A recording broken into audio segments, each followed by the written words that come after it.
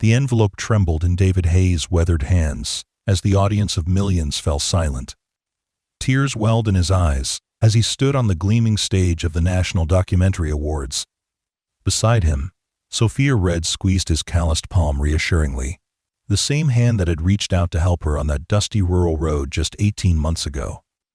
Neither the struggling farmer nor the determined filmmaker could have imagined that a simple act of kindness would lead them here, about to open an envelope that could change everything.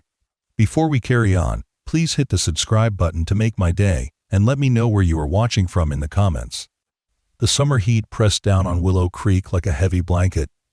David Hayes wiped sweat from his brow with a handkerchief that had seen better days, much like his pickup truck, which groaned in protest as he navigated the rutted dirt road leading away from the bank. The meeting hadn't gone well. Third time this year they'd denied his loan application, each rejection more painful than the last. The drought had stretched into its second year, strangling his crops and his hopes along with them. 6 generations, he muttered to himself, his voice barely audible over the truck's laboring engine.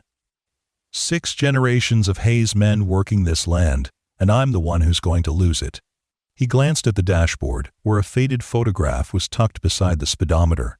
His father stood proudly in front of golden wheat fields that seemed to stretch to the horizon. David could almost smell the rich earth from that long-ago day, could almost feel his father's firm hand on his small shoulder as he explained that someday all this would be his responsibility. The bank manager's words echoed in his mind. "I'm sorry, Mr. Hayes, but your farm simply isn't viable anymore. Have you considered selling? There are developers who would pay good money for that acreage." The suggestion had felt like a physical blow. Sell the land? Might as well ask him to sell his soul. Lost in thought, David almost missed the figure on the roadside, a thumb extended hopefully. He rarely picked up hitchhikers, but something about the solitary form standing in the shimmering heat made him ease off the accelerator. Perhaps it was simply that he recognized desperation when he saw it. As the truck slowed, he got a better look. A woman in her early 30s, dressed practically in jeans and a light button-down shirt, a well-worn backpack at her feet. Her dark hair was pulled back in a practical ponytail, and large sunglasses covered much of her face. She didn't look threatening, just tired and hot. David rolled down the passenger window, wincing as the crank made that familiar sticking sound. "Where you headed?" he called. "Wherever you're going is fine," she replied, her voice clear and direct. "I'm just trying to get away from the middle of nowhere." Despite himself, David chuckled. "Well, I hate to break it to you, but I'm headed deeper into the middle of nowhere. Willow Creek's about 20 miles that way." He gestured vaguely behind her. She adjusted her backpack on her shoulder. "Willow Creek works for me. I've been trying to get there, actually." David reached across and pushed open the passenger door. "Hop in, then. It's not exactly air-conditioned luxury, but it beats walking in this heat." The woman tossed her backpack behind the seat and climbed in. Up close, she looked even more exhausted than he'd first thought. There were smudges of dirt on her face and a determined set to her jaw. "I'm David," he said, pulling back onto the empty road. "Sophia," she replied, extending a hand. Her grip was surprisingly firm. "Thanks for stopping. Not everyone would." "Where are you coming from?" David asked, more out of politeness than curiosity. His mind was still preoccupied with figures and foreclosures. "New York originally, but today, I've been walking from the bus stop in Riverdale since early morning. The connection to Willow Creek never showed." David nodded. "Rural transport's not what it used to be. Nothing around here is." He couldn't keep the bitterness from his voice. Sophia studied him for a moment, then reached into her backpack and pulled out a bottle of water. She offered it to him first, but he shook his head. "You mind if I ask what brings you to Willow Creek? We don't get many visitors, especially ones who arrive by bus and hitchhiking." Sophia took a long drink before answering. "I'm working on a project, documentary film, rural America, the changing landscape, that sort of thing." David's eyebrows rose. "Documentary? Like for television?" "More for festivals initially, but who knows? The right story can find its way to millions of viewers these days." She turned to face him more directly. "What about you? You look like you've had a rough day." David hesitated. He wasn't the type to share his troubles with strangers, especially not city folks who probably thought of farms as quaint relics of a bygone era. But there was something about Sophia's direct gaze that invited confidence. "Just came from the bank," he said finally. "Third loan rejection this year. Turns out banks aren't too interested in financing farms during a drought." "Your farm?" she asked. "Hayes Family Farm. Been in my family for 6 generations. Started as 100 acres back in my great-great-great-grandfather's day. He was a Civil War veteran who came west looking for a fresh start." David surprised himself with how easily the words flowed. "It's grown since then. At least, it had been growing. Now I'm just trying to hold on to what's left." Sophia nodded slowly. 6 generations. That's remarkable. "We'll make it to 7 at this rate," David said, his eyes fixed on the dusty road ahead.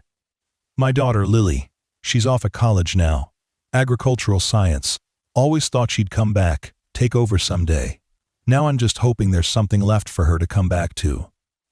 They drove in silence for a few minutes, the only sound the rumble of the truck's engine and the occasional clink of something loose in the undercarriage. The landscape rolled by.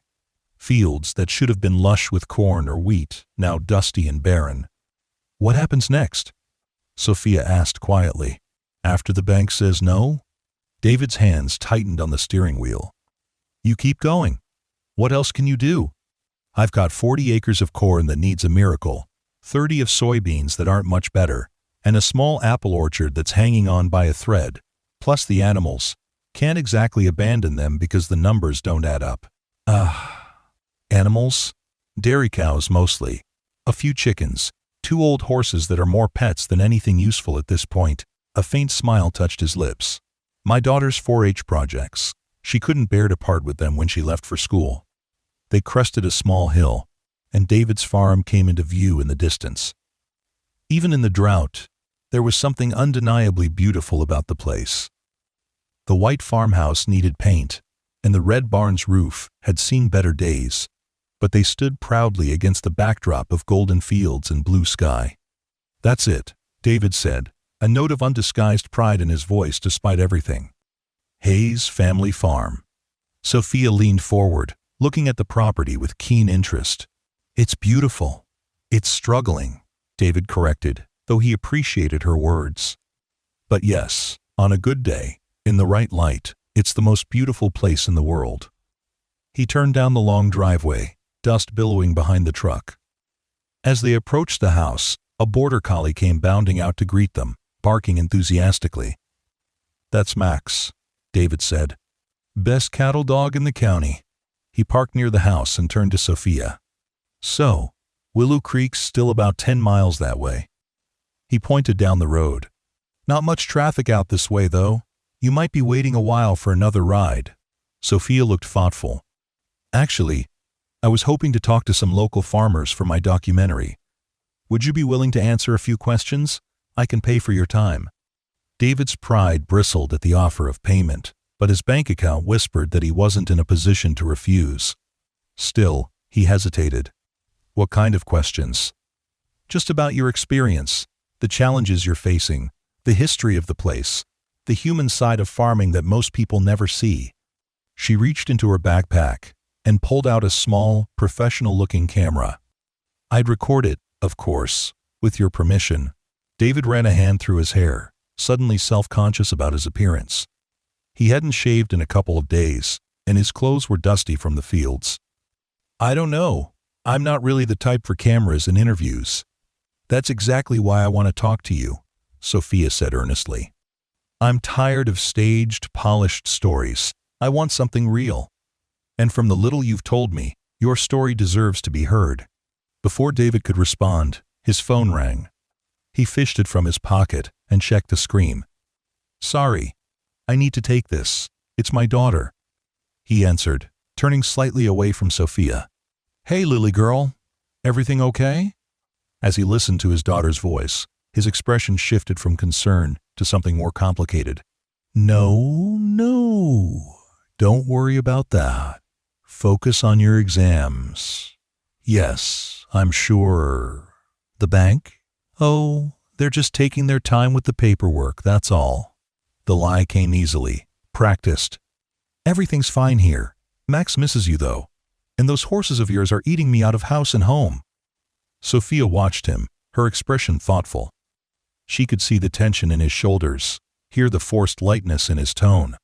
This was a man carrying a heavy burden alone, protecting his child from worries she couldn't solve from hundreds of miles away. Love you too, sweetheart. Study hard. David ended the call and pocketed the phone, his face carefully composed. Your daughter doesn't know about the bank? Sophia asked quietly. David shook his head. She's got enough on her plate with finals coming up. No point worrying her when there's nothing she can do. Does she want to take over the farm someday? A genuine smile broke across David's face. Since she was knee-high to a grasshopper, used to follow me around in these tiny overalls, helping with chores. More hindrance than help back then, but she learned fast. By 12, she could drive a tractor better than half the grown men in the county. By 16, she was keeping the books, suggesting crop rotations. She's got a mind for the science of it all, not just the tradition. Sophia nodded, then gestured to her camera. That's exactly the kind of story I want to tell. Not just about the hardships, but about the passion, the continuity, the future. Will you let me interview you, David? Just a conversation. If you don't like it, I'll delete the whole thing right in front of you. David looked at the farm around him, at the land that had been in his family for generations. Maybe this was a chance to document it, at least, before it all slipped away. And if he was honest with himself, there was something appealing about the idea that someone wanted to hear his story, that someone thought it mattered. All right, he said finally. But I need to check on the animals first. And I'm not changing my clothes or anything for your camera. Sophia's face lit up with a smile. I wouldn't want you to. The real David Hayes is exactly who I want to talk to. As David led her toward the barn, neither of them could have predicted how this simple interview would spiral into something far beyond either of their expectations. The story of Hayes Family Farm was about to reach far beyond the boundaries of Willow Creek, touching lives they couldn't imagine and setting in motion events that would change everything. The afternoon sun slanted through the gaps in the barn's weathered boards, painting golden stripes across the hay-strewn floor. David moved with practiced efficiency, checking on each animal, measuring feed, examining a cow's injured leg with gentle hands. Sophia followed, her camera occasionally capturing moments without intruding. You really care about them, she observed as David scratched behind the ears of an elderly horse who had nickered softly at his approach. They depend on me, he said simply. That's not something I take lightly. When the chores were done, they settled on the farmhouse porch. The wooden swing creaked rhythmically as David rocked it gently with one foot. He'd brought out 2 glasses of iced tea, the kind of hospitality ingrained in him since childhood. Sophia set up her camera on a small tripod, adjusted some settings, and took a seat across from him in a wicker chair that had been weathered by countless seasons on the porch. Just forget the camera is there, she advised. This isn't a formal interview. It's a conversation. David nodded, though he still felt uncomfortable with the lens pointed at him. Where do we start? At the beginning is usually good, Sophia said with a smile. Tell me about the first Hayes to farm this land. David took a sip of his tea and leaned back in the swing. The story of his family's farm was one he knew by heart, passed down through generations like an oral history.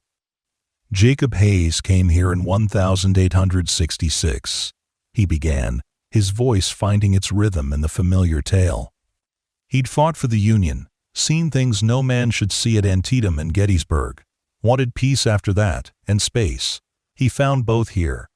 As David spoke, the tension gradually left his shoulders. He described how Jacob had built the original farmhouse with his own hands, how his son had expanded the acreage during the boom years, and how subsequent generations had weathered the Dust Bowl, the Great Depression, and countless other challenges. My grandfather used to say farming is an act of faith, David mused. You put seeds in the ground, and trust they'll grow. You raise animals from birth, and trust they'll thrive. You work through drought and flood, and hope that next season will be better. And your father? And your father, Sophia prompted gently. What did he teach you about farming? A shadow crossed David's face. My father was the most stubborn man I ever knew. Refused to modernize for years. Insisted on doing things the way his father had done them. We butted heads constantly when I came back from agricultural college with new ideas. He glanced at the photograph on the wall, showing a stern-faced man standing proudly beside a much younger David. He died 7 years ago.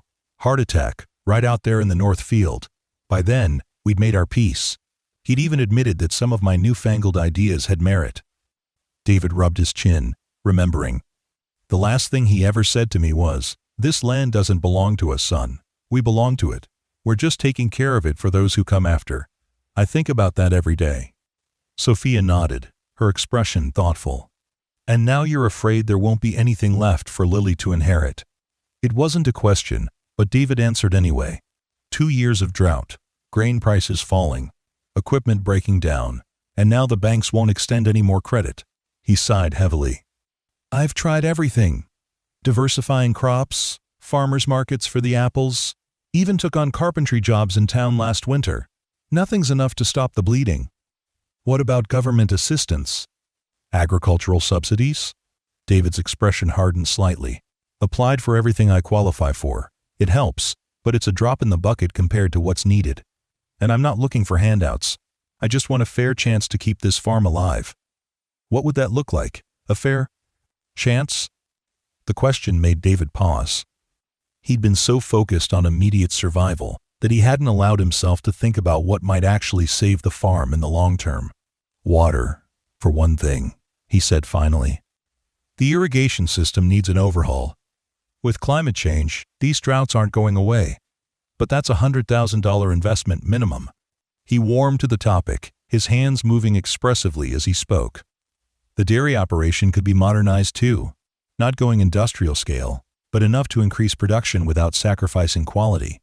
The apple orchard could be expanded. There's growing demand for organic, locally grown produce. Lily's been researching heritage varieties that might be more resistant to changing conditions. End quote. Sophia leaned forward, clearly engaged. It sounds like you have the vision. Just not the capital. Story of farming in America, David said with a rueful smile. The know-how's there. The willingness to work is there. The money isn't. As they continued talking, the sun began to set, bathing the farm in soft golden light. David realized with surprise that they'd been conversing for hours.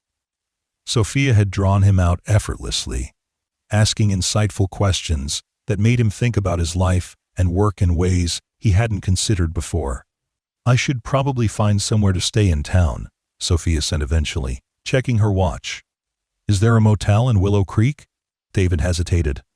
There's the Willow Creek Inn, but it's not much, and it's a long walk from here. He glanced at the darkening sky. We have a spare room. It's simple, but you're welcome to it for the night. Least I can do after you listen to an old farmer ramble on all afternoon. Sophia's eyes widened slightly in surprise. Are you sure? I don't want to impose. It's no imposition. Farm this size, we've always kept a room ready for seasonal workers or visitors. He stood up, stretching his back. Besides, if you're serious about documenting life here, you might as well see what mornings are like on a farm, warding though they start early. I'd like that, Sophia said, smiling as she turned off her camera. Thank you. That evening, over a simple dinner of beef stew that David had pulled from the freezer, Lily makes a batch every time she's home, claims she can't trust me to feed myself properly. Sophia asked about the community of Willow Creek. David painted a picture of a town in transition, caught between its agricultural roots and an uncertain future. When I was growing up, you couldn't find a parking spot on Main Street on Saturdays. The feed store, the diner, the general store all packed. Now half the storefronts are empty. Young people leave for college and don't come back. Can't blame them. There aren't many opportunities here anymore. What about your neighbors? Other farmers? David stared into his stew for a moment. The Andersons sold to a corporate farm 3 years ago. The Wilsons last year. The Bradleys are hanging on by a thread, just like me. Each year, there are fewer of us independent farmers left. And the corporate farms? Are they thriving? David's expression darkened. Oh, they're doing just fine. They have the capital to weather bad years, to invest in the latest technology.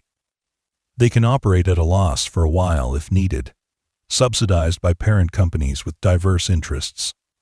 They're changing the landscape, literally and figuratively. Monoculture crops as far as the eye can see, heavy pesticide use, minimal labor forces. He shook his head. It's efficient, I'll give them that. But it's not sustainable. Not for the soil, not for the local economy, not for food security in the long run. We're losing something important with every family farm that goes under. Sophia nodded thoughtfully. That's exactly the story I'm trying to tell. Not just the economic aspects, but the human cost, the cultural loss. Well, you came to the right place, David said with a wry smile. You're witnessing the endangered species of American farming in its natural habitat. The next morning, true to his word, David woke before dawn. To his surprise, Sophia was already up, camera in hand, ready to follow him through his morning routine. She recorded as he milked the cows, fed the chickens, and checked the irrigation system in the fields. The drought's getting worse, he explained, crumbling the dry soil between his fingers. See how it just turns to dust? No moisture content at all. Later, as they walked the boundaries of the apple orchard, David pointed out the irrigation challenges. The water table's dropping. My grandfather's wells never ran dry, not even in the worst years. Now I'm having to dig deeper every season. Sophia recorded everything, occasionally asking questions, but mostly letting David explain his world in his own words. There was something cathartic about it for him, articulating the challenges he faced daily, giving voice to concerns that usually remained unspoken. By mid-morning, they had returned to the house. David checked his phone and frowned.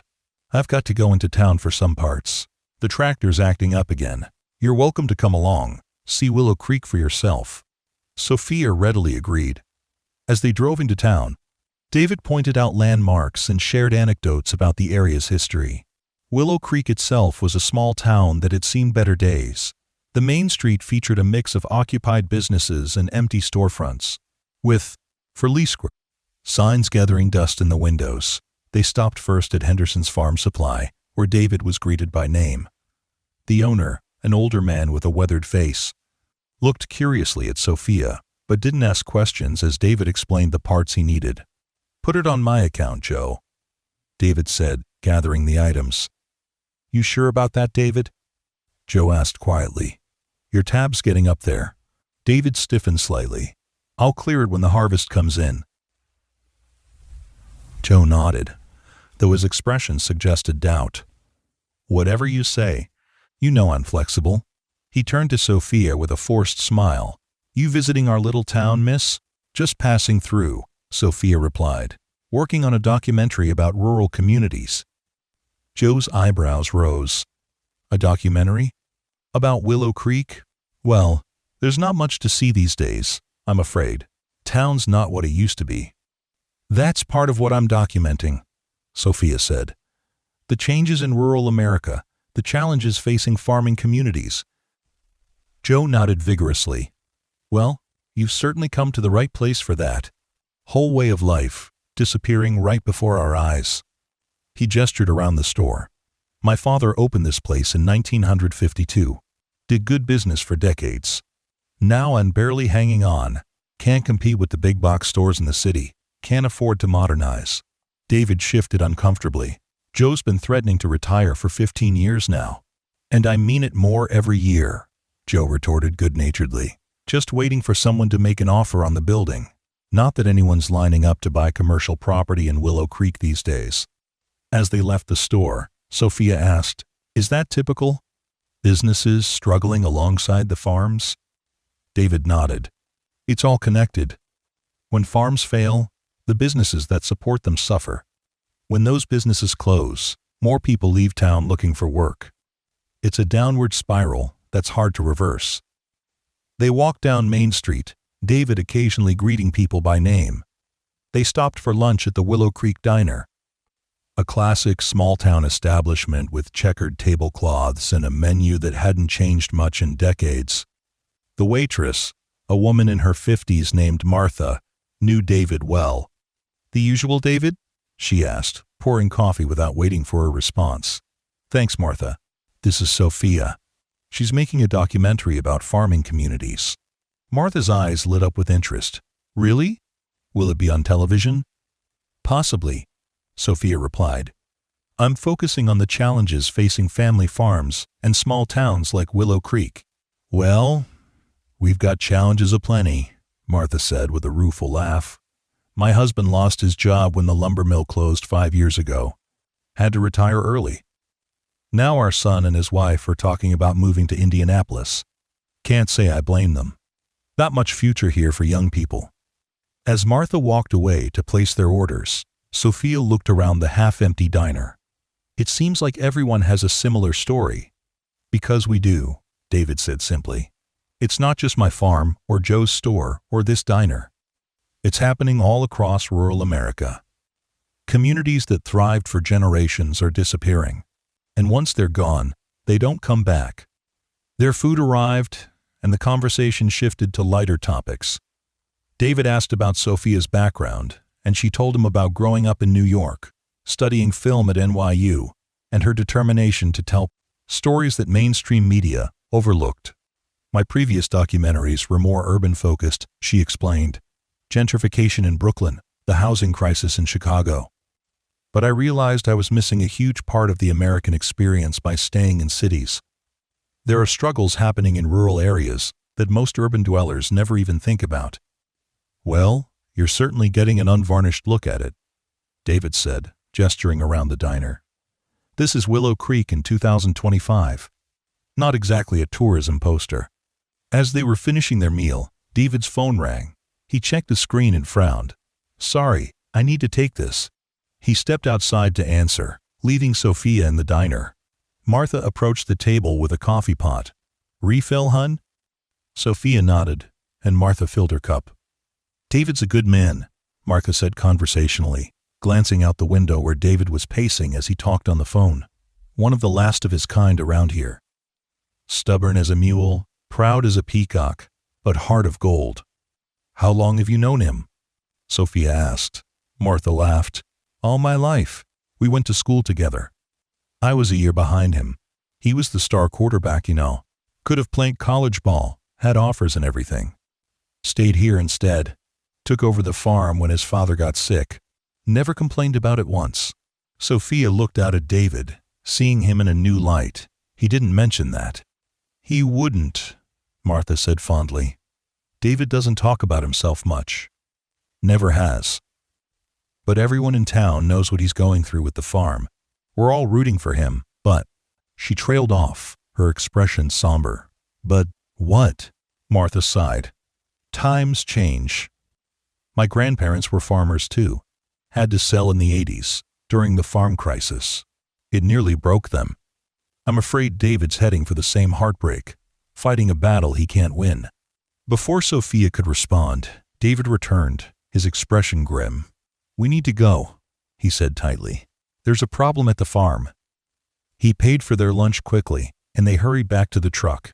As they drove, David explained. "That was my neighbor, Frank Bradley. He spotted smoke coming from my property. Probably nothing could be a controlled burn on the next property over, but I need to check." But as they approached the Hayes farm, it became clear this wasn't a false alarm. Black smoke was rising from the direction of the barn, and as they turned down the driveway, they could see flames. "No, no, no, no," David muttered, accelerating hard. The truck bounced over the rutted drive as he pushed it to its limits. As soon as they reached the farmyard, David was out of the truck, running toward the barn. "Animals!" he shouted.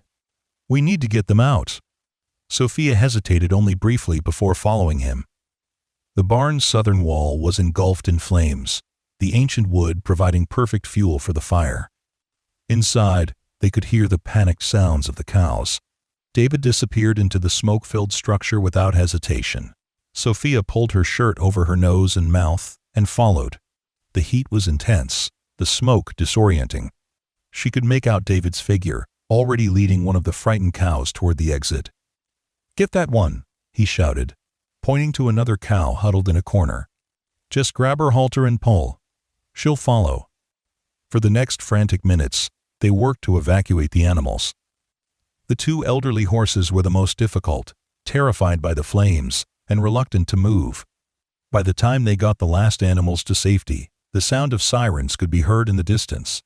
David stood in the farmyard, soot-streaked and coughing, counting the animals to ensure none had been left behind.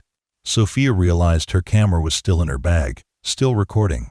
Almost instinctively, she pulled it out, capturing the scene, the burning barn, the frightened animals, and David's desperate determination. The volunteer fire department from Willow Creek arrived, along with neighbors who had seen the smoke. They formed a bucket brigade from the well to supplement the fire truck's water supply.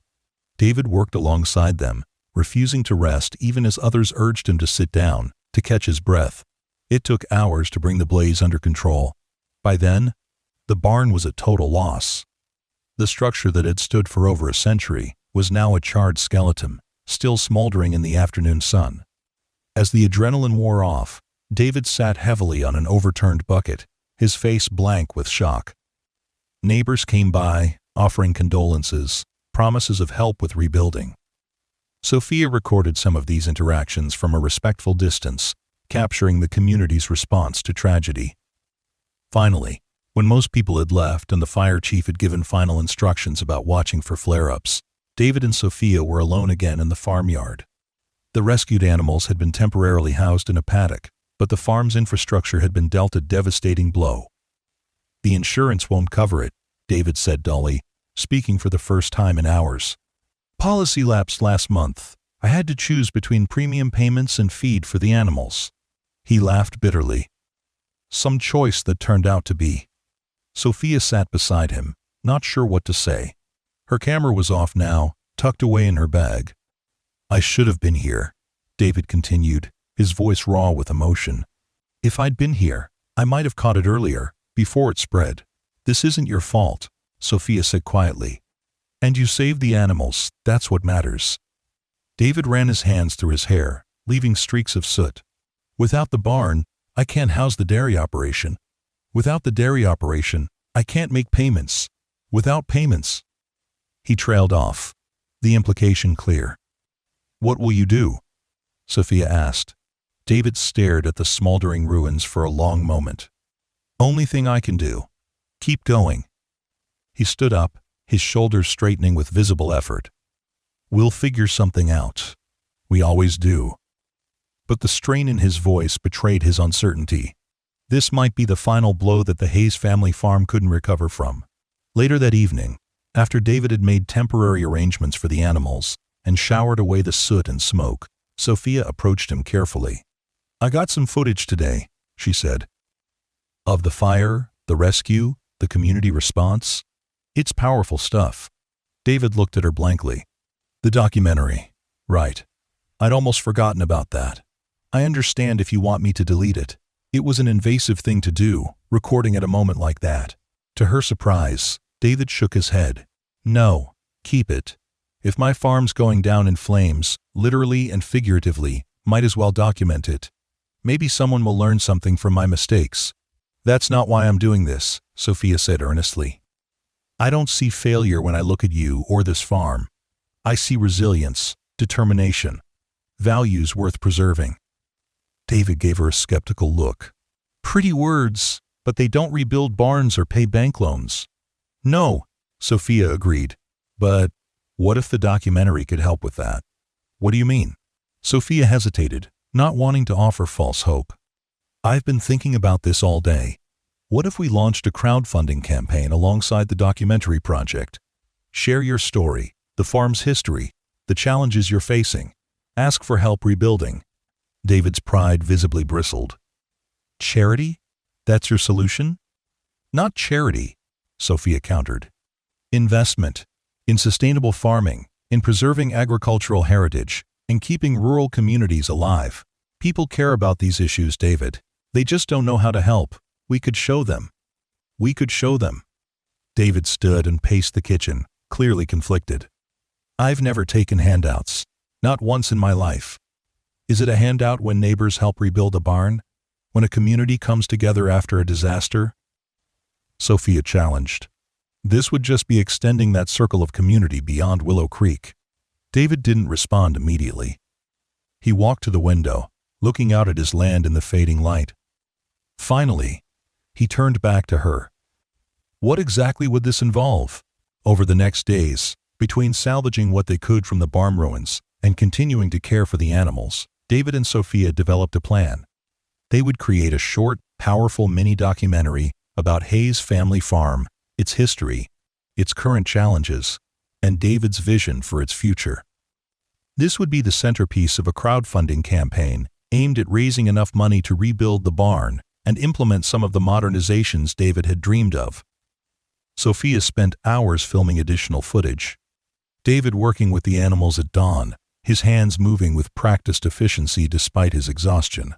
Panoramic shots of the land, showing both its beauty and its struggle with drought. Interviews with townspeople about the importance of family farms to the community. One evening, as they reviewed some of the footage on Sophia's laptop at the kitchen table, David looked thoughtful. You really think people will care about some farmer they've never met?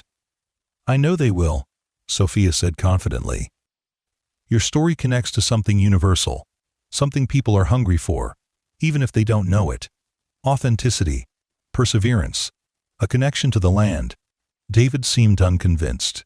Even if you're right, how much could a crowdfunding campaign possibly raise? I need at least $100,000 to rebuild the barn properly, not to mention the irrigation system upgrades. Sophia pulled up some examples on her laptop. This urban farm in Detroit raised $220,000 for greenhouses. This family ranch in Montana got $175,000 for Bria. Sustainable grazing infrastructure. It's not guaranteed, of course, but with the right story and the right campaign, cash. She trailed off, letting the possibilities hang in the air. And what's in it for you? David asked bluntly. Why are you so invested in saving my farm? It's the story I've been looking for, Sophia replied honestly. Not just a documentary about problems, but about solutions. About how communities can come together in the digital age to preserve something valuable that market forces alone would destroy. She met his eyes steadily. And yes, if it succeeds, it would be good for my career. I won't pretend otherwise. But that doesn't mean I don't also care about what happens to you and this farm. David nodded slowly. Fair enough. Mutual benefit. I can live with that. He extended his hand. Partners then? Partners, Sophia agreed, shaking his hand firmly. The next day, Sophia called in some favors from colleagues in New York. A composer friend agreed to create an original score for the mini-documentary. A web designer offered to build a simple but effective campaign page. A public relations consultant provided advice on maximizing impact. Meanwhile, David reached out to Lily at college, finally telling her the full truth about the farm's situation and the fire. He'd expected panic or disappointment. Instead, she immediately offered to come home. Finals are almost over anyway, she insisted over the phone. I can study here just as well as there. And you need the help, Dad, whether you'll admit it or not. 2 days later, Lily Hayes arrived, bringing with her an energy and determination that transformed the atmosphere on the farm. Where David had been grimly putting one foot in front of the other, Lily brought strategic thinking and contagious optimism. At 21, she was a striking young woman, with her father's steady gaze and her late mother's warm smile.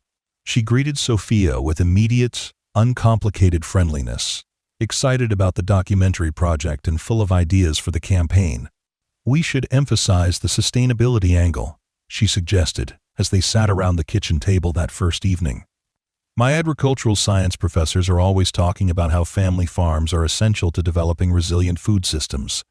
And we should highlight the heritage aspects too, the fact that this land has been farmed by the same family for over 150 years. End quote. Sophia was impressed by Lily's grasp of messaging and her practical knowledge. You've really been preparing to take over this place someday, haven't you? Lily nodded firmly.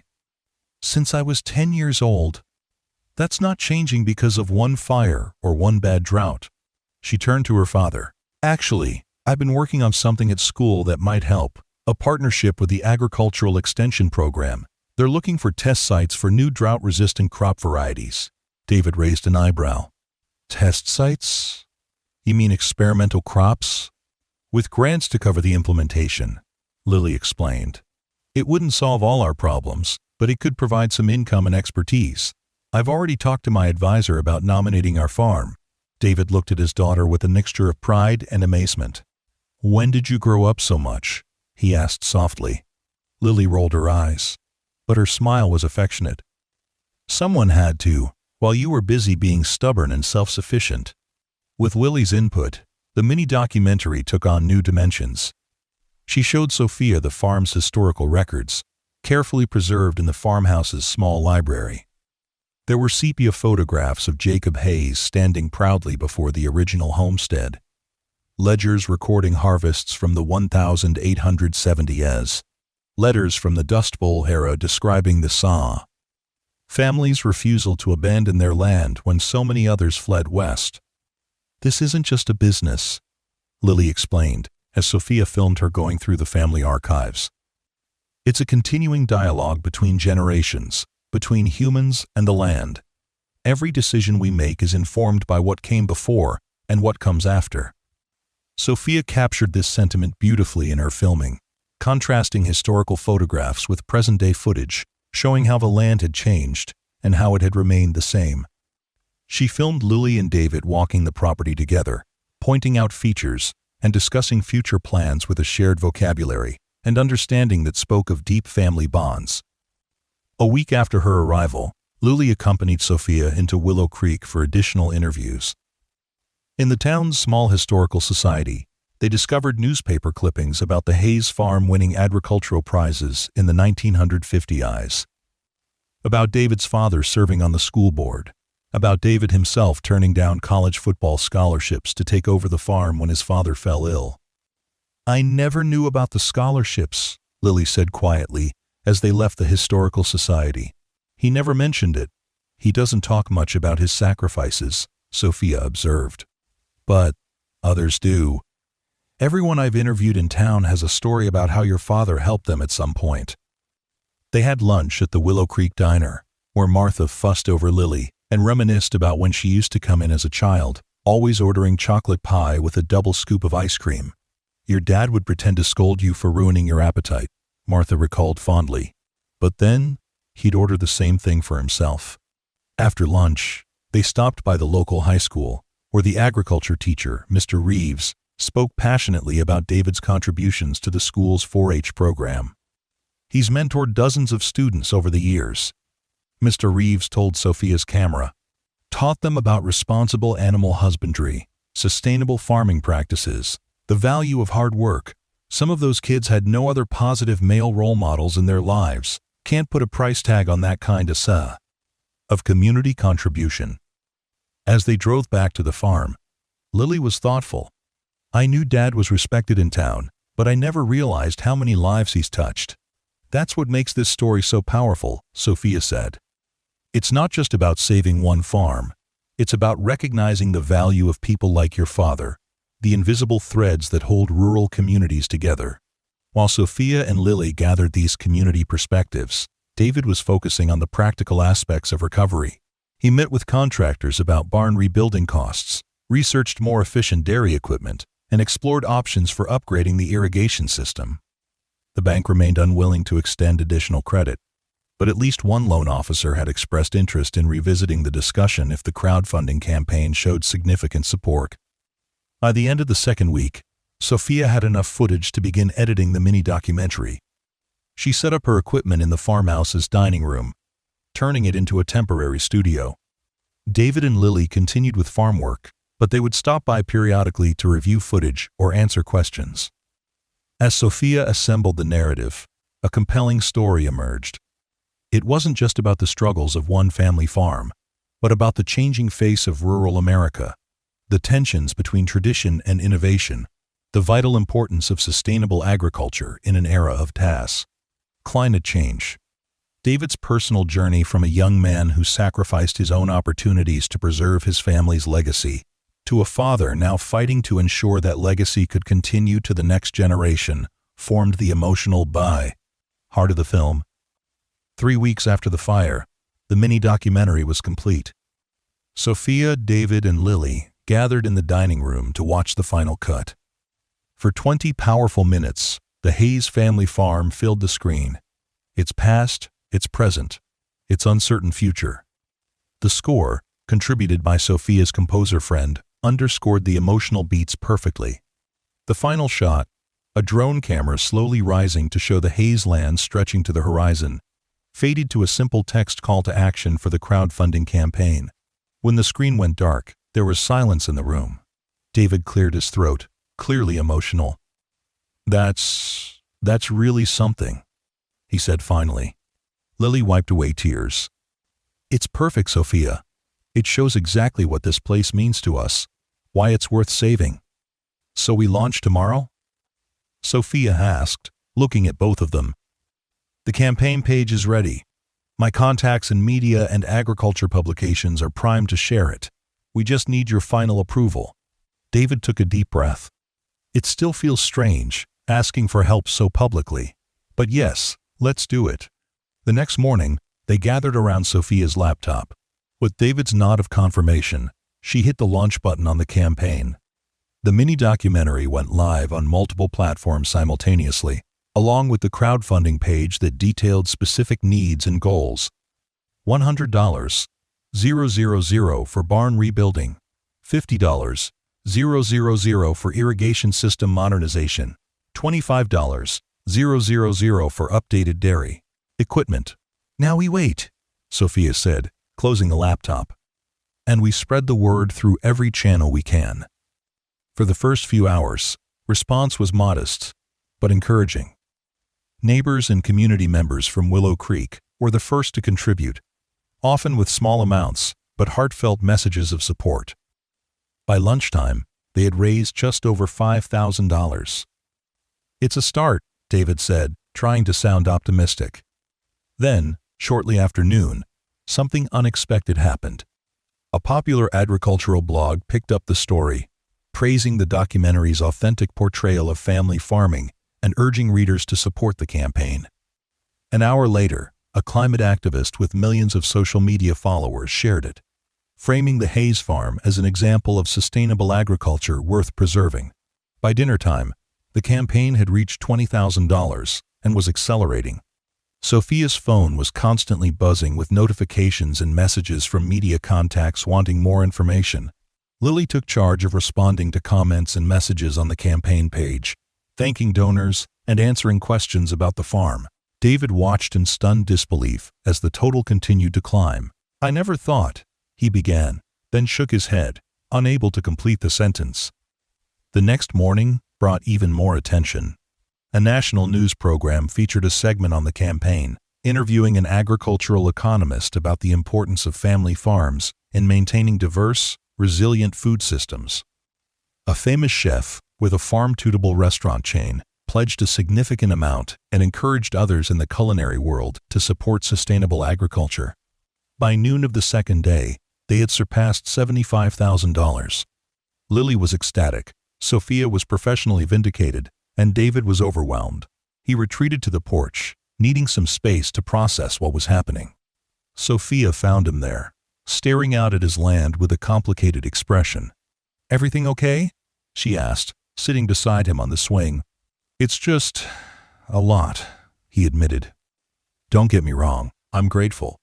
More grateful than I can say. But it's hard to accept that strangers care more about saving this farm than the bank that's known me for 20 years. People recognize something valuable that the market doesn't account for," Sophia said.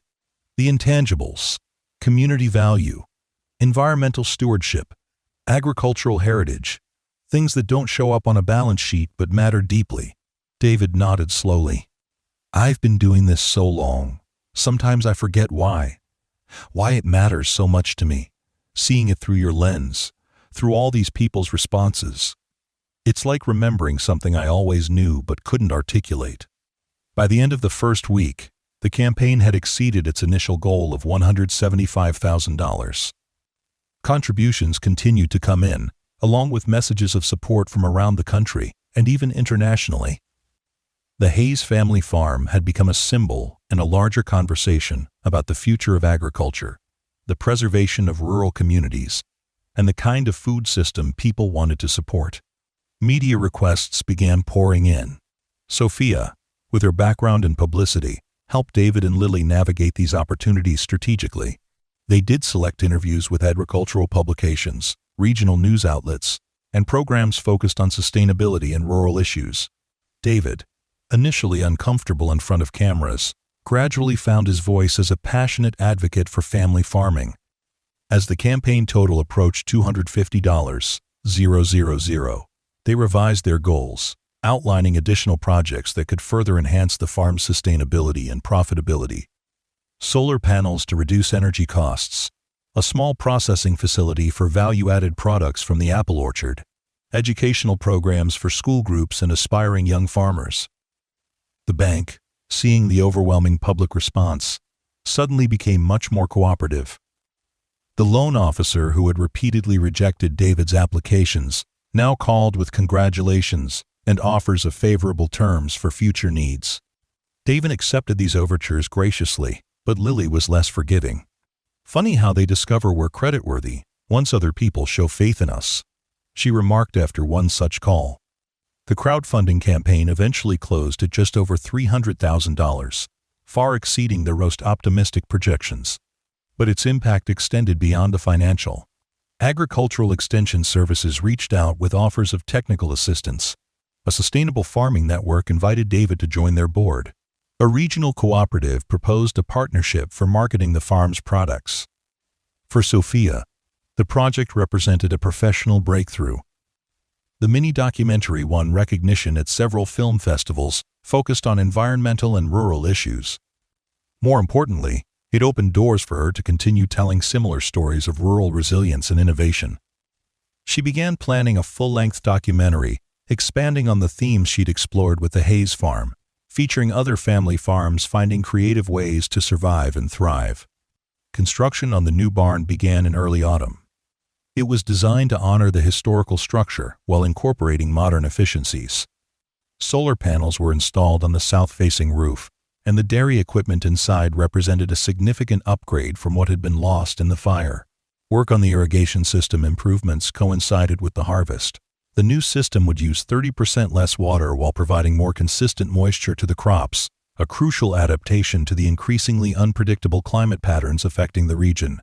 Lily took a semester off from her agricultural studies to oversee these projects, applying theoretical knowledge from her courses to practical challenges on the farm.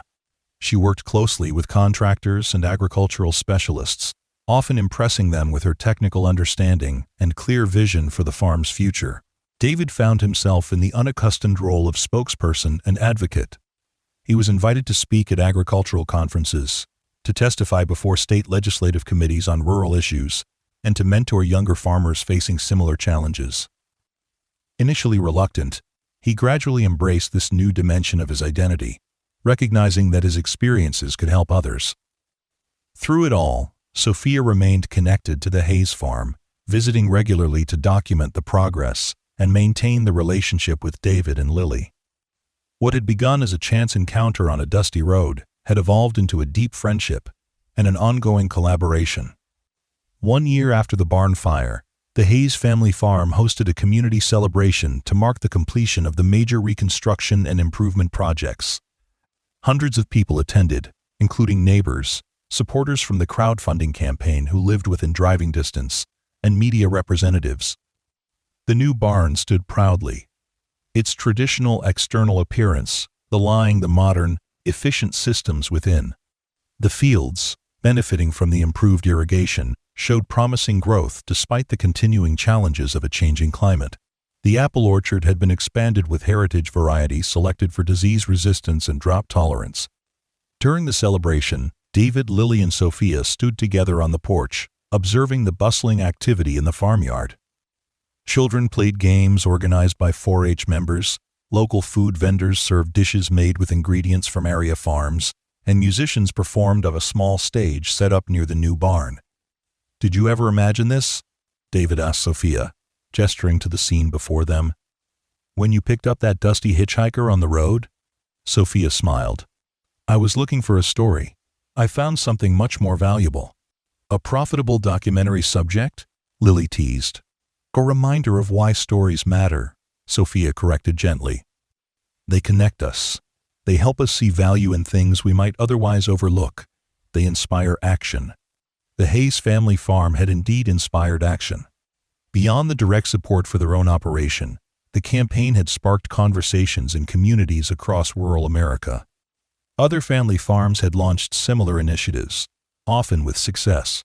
Agricultural policymakers were paying more attention to the unique needs and contributions of independent farmers. Consumers were becoming more conscious of where their food came from and who produced it. David put an arm around his daughter's shoulders. "Your mother would be proud of what you've accomplished here," he said softly. "What we've accomplished," Lily corrected, including both her father and Sophia in her glance. "None of us could have done it alone." As the celebration continued into evening, with lanterns illuminating the farmyard and a harvest moon rising over the fields, the Hayes family farm stood as testament to the power of perseverance, community, and baya. Storytelling. What had begun as a desperate struggle for survival had transformed into a new chapter for the farm, for the Hayes family, and for Sophia's career. The story of the struggling farmer and the filmmaker Hitchhiker had resonated far beyond Willow Creek, touching lives and changing perspectives across the country. In sharing their journey, they had not only saved one family farm, but had contributed to a broader movement of rural revitalization and sustainable agriculture. As the guests began to depart, promising to return for next year's celebration, David stood at the edge of his property, looking out over land that his ancestors had farmed for generations. For the first time in years, he felt confident that this legacy would continue, that the seventh generation of Hayes farmers would indeed tend this soil. The path forward would not be without challenges: changing climate conditions, market fluctuations, the ongoing pressures of industrial agriculture. But they would face these challenges with new resources, new knowledge, and a newly discovered community of support. From the porch, Sophia captured one final image for her ongoing documentation of the farm's journey. David Hayes standing tall against the backdrop of his land, silhouetted by the setting sun, a living bridge between agricultural traditions of the past and sustainable farming practices of the future. It was an image of hope, resilience, and quiet determination, qualities that had always defined the American farmer, and that would be needed more than ever in the years to come. 6 months later, Sophia's full-length documentary, American Soil, premiered at a prestigious film festival.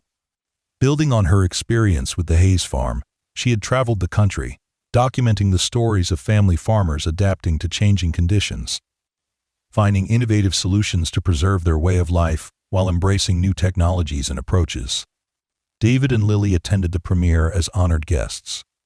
They watched with emotion as their story played out on the big screen, now woven into a larger narrative about the future of American agriculture. The audience response was overwhelmingly positive, with many viewers expressing newfound appreciation for the complex challenges facing rural communities and the crucial importance of supporting sustainable, independent farming. After the screening, during the Q session, a young film student asked Sophia about the origin of the project. "What made you decide to focus on this particular topic? It seems like such a departure from your previous urban-centered work." Sophia smiled, glancing at David and Lily seated in the front row. "Sometimes the most important stories find you when you least expect them," she replied. "I was looking for a ride on a dusty road, and I found a subject that changed my perspective on what matters in America today."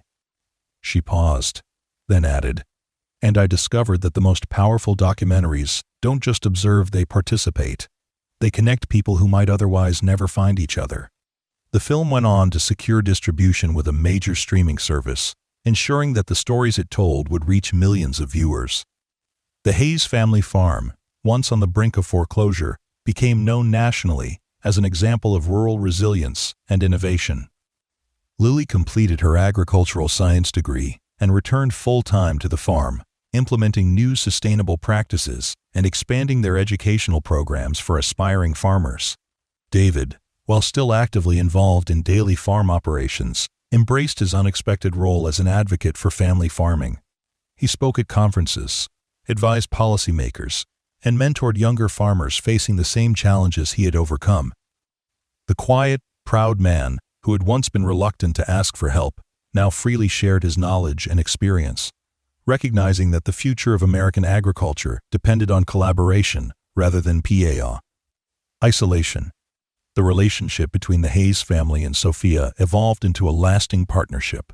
She continued to document the farm's journey, creating educational materials about sustainable agriculture and rural life that were used in schools across the country. What had begun as a chance encounter between a struggling farmer and a hitchhiking filmmaker had grown into a movement that touched countless lives and helped reshape the conversation about the future of farming in America. And it all started with a simple act of kindness. On a hot summer day, a farmer giving a ride to a stranger on a dusty rural road. Neither of them aware that this small moment of connection would change not only their own lives, but the lives of many others. At the National Documentary Awards, standing on that gleaming stage with Sophia beside him, David Hayes finally opened the envelope. The room held its breath as he read the announcement, and the award for Outstanding Social Impact Documentary goes to American Soil by Sophia Reed. The audience erupted in applause as Sophia accepted the award. In her acceptance speech, she spoke eloquently about the power of documentary filmmaking to bridge divides, to make visible the invisible struggles and triumphs of everyday Americans, and to inspire concrete action toward a more sustainable and equitable future. This award belongs to every family farmer fighting to preserve a way of life that benefits us all, she concluded.